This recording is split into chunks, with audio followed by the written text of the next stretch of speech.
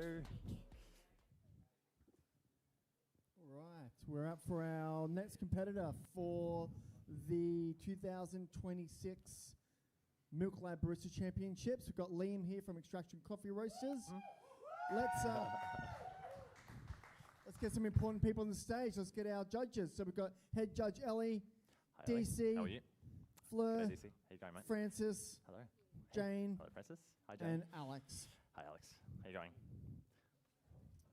Good luck, mate. Thank you very much.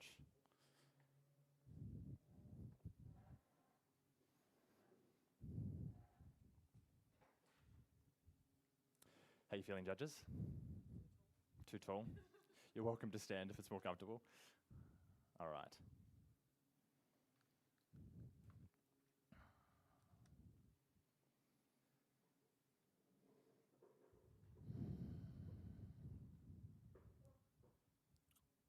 All right, are you ready to begin? Let's do it. Time. In preparing for the competition season this year, I looked back at my career in coffee to date as though it was a chapter in the story of my life. I studied it with the intent to answer one question: how do I want to be remembered?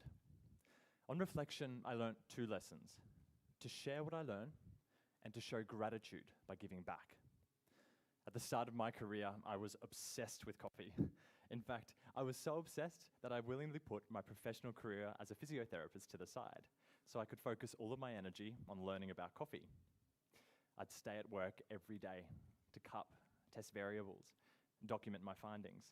Then I'd go home and watch every video I could find on coffee.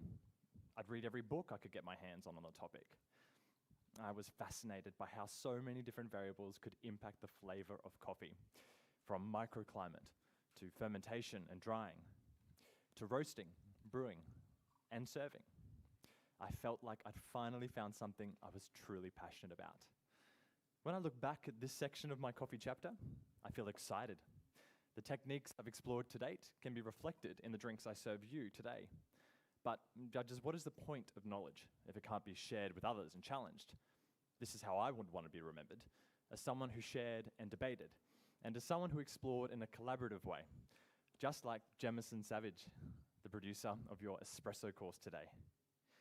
He too became obsessed with coffee and changed careers in order to pursue a life producing some of the best coffees in the world.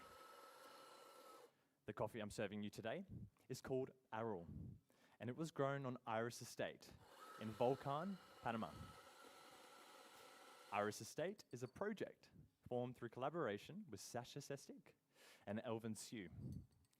They share the same vision: to produce coffee with a deep respect for Mother Nature. Arul was grown at high altitude among native trees to give the coffee sweetness and florality, and was fermented in a tank flushed with carbon dioxide for 2 days to build clarity of stone fruit flavor, like yellow peach in the cup, and a juicy texture. Arul was then pulped, washed, and dried on a tiered raised bed system where temperature, airflow, and humidity were carefully monitored to give the coffee flavor stability and longevity. To highlight Arul's sweetness and juicy texture, I'm using a recipe of 20 grams in and 45 grams out. You will taste Valencia orange, yellow peach, and Earl Grey tea. The body will be medium in weight with a juicy texture, and the aftertaste will be lingering and tea-like. Before you taste, please assess the crema. Then stir the coffee 20 times front to back with the spoon provided to bring the coffee down to a pleasant drinking temperature. After stirring, please place the use spoon in the empty cup in front of you. Take as many sips as you like. So, how do I want to be remembered? Well, I hope you'll all remember me by this moment we're sharing together. Thank you, Jemison, for sharing your knowledge with me and this incredible coffee. And thank you, judges, for allowing me to share my knowledge with you all. Enjoy.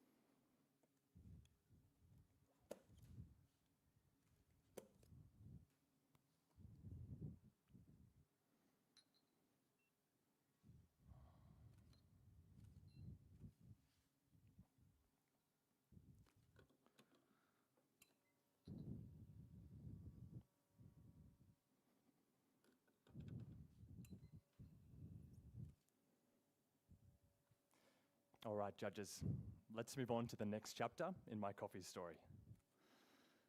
For the judges assessing the oat milk beverage, you will taste dried peach,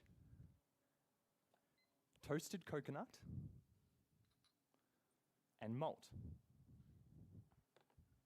And for the judges assessing the full cream beverage, you will taste cherry liqueur and dark chocolate, that is 80%.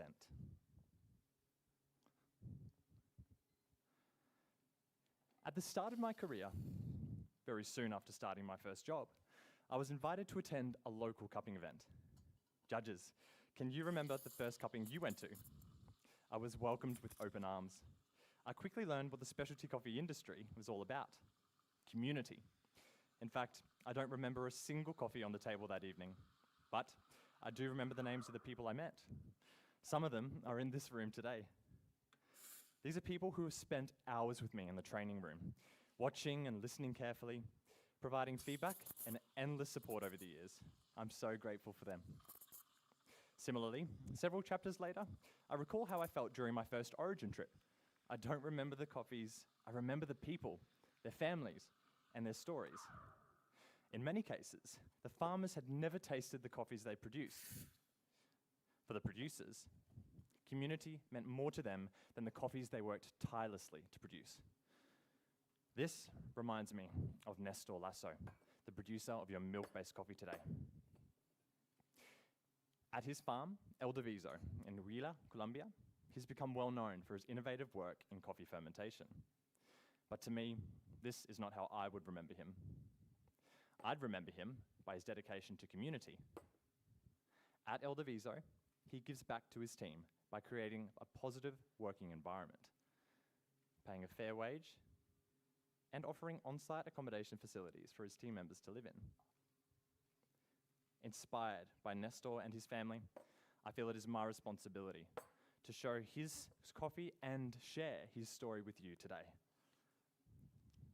The coffee I'm sharing is a naturally processed obligón variety, which underwent a multi-stage fermentation process involving thermal shock, anaerobic fermentation with mosto, and oxidation, building intensity and clarity of red fruit flavors, like cherry in the cup. Thanks for waiting, Fleur. This is for you. The coffee was then slowly dried in hermetically sealed dehumidifying chambers to control the rate of drying and to preserve those flavors created during fermentation. To highlight flavor clarity, I roasted the coffee to a total roast time of 9 minutes, with a 2-minute and 15-second development time and a 3-degree stretch from first crack.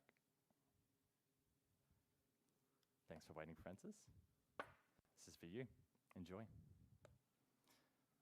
Looking forward to the present chapter. I can only hope that I've influenced someone, the way Nestor, the way Jemison, and the way all the other characters in my story have influenced me. I want to be remembered as someone who shared, and as someone who gave back to those who helped him along the way. Thank you for being a part of my story today, judges, and please enjoy the coffee. Thank you, Jane. Thank you for waiting. Enjoy.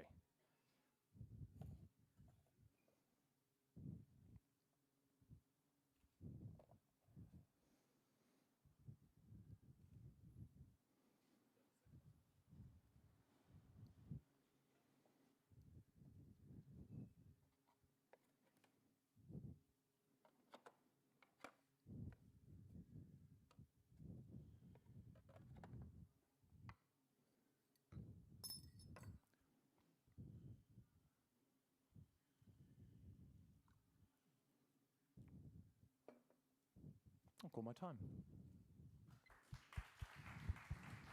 Great job. Come around here, mate. Okay. Hello. Congratulations. Thank you, sir. Perfect. You've been up here before. Yes. Great. How did you think it went? I think it went well. I was moving a little bit faster than I had even planned for, which is usually the opposite of That's competition always day. nice, isn't it? So I'm really happy with my time, and I hope the judges felt that it was also at a comfortable pace. Perfect. Awesome. Thank you. Now, let's talk about your coffee journey because you said some really fun things at the start there about remember my first cupping? Yes. I remember drinking the ground straight from the bottom of the cup, actually. It was really unpleasant. I'm burning your tongue. But you've also, we're here at the States now. Yes. And then after here, there's Nationals. Yes. Where you competed recently. Yes, I did. And you got third. Yes, I did. Great. Awesome. And we're looking for a bit higher number this time. Exactly. This year. Exactly. Great. Awesome. Cool. I want to talk about engaging with the judges as a barista, as a competitor. Yes. I don't think people on the stage realize that you actually in control. They're not. Yes. They have a piece of paper, but little things like stir 20 times. Yes. Put the spoon back in here. Uh-huh. How nice would that be to happen in another cafe? Yeah. When you're on bar every day, can you put your cup over there, stack it nicely? Yeah. Wouldn't that be Stir nice? this 3 times. Did I say drink it yet? Yeah. I wish I could be that Wash cruel. your mouth out, drink some water. I think anyone in hospitality would agree. Thank you, Ellie. I appreciate it. Thank you, DC. Thanks, Blair. Thanks, judges. Cheers. Thanks, Francis. Thank you, Jane. I appreciate it. And thank you, Alex. All the best. I think what sometimes competitors forget is that the judges are really nervous too. Perhaps even more nervous than we are as competitors. So I think it's important to really take your time and keep the information simple and well-paced. Too much information can be a lot for a new judge to digest. So at this, not at this level, just in general, I feel it's important to keep the word count down a little bit and make sure the judges have enough time to do what you ask them to, basically. I agree. I've judged many times, and for me, everybody's like, "How's the coffee?" Like, yeah, I get stressed. I'm too busy trying to look at you, listen to your words, write down some notes. Yep. It's not like sitting in a cafe with a book, drinking a cup of coffee. No. It's not like that at all. No. But the judges do go through a calibration. So yesterday, they were here all day, drinking cups of coffee with our ASCA representatives, making sure we're all aligned in the feedback that we can give you Yes. to help you be the best barista that you are. Yeah, definitely. So once again, put your hands together for Liam. Great job, Thank you. mate. Thanks, Jai. Appreciate it, mate. All right, let's talk about the other people that we need to mention. Our sponsors. This doesn't happen without them. So we're competing in the MILKLAB Barista competition. So we need to thank MILKLAB, Faema for our machines, Rancilio for our grinders, Rivierina for our milk, Loveramics, Barista Supplies, Jibbiug, and Nucleus. We're going to be moving over to Brewers after this, so stick around with us. Thanks so much.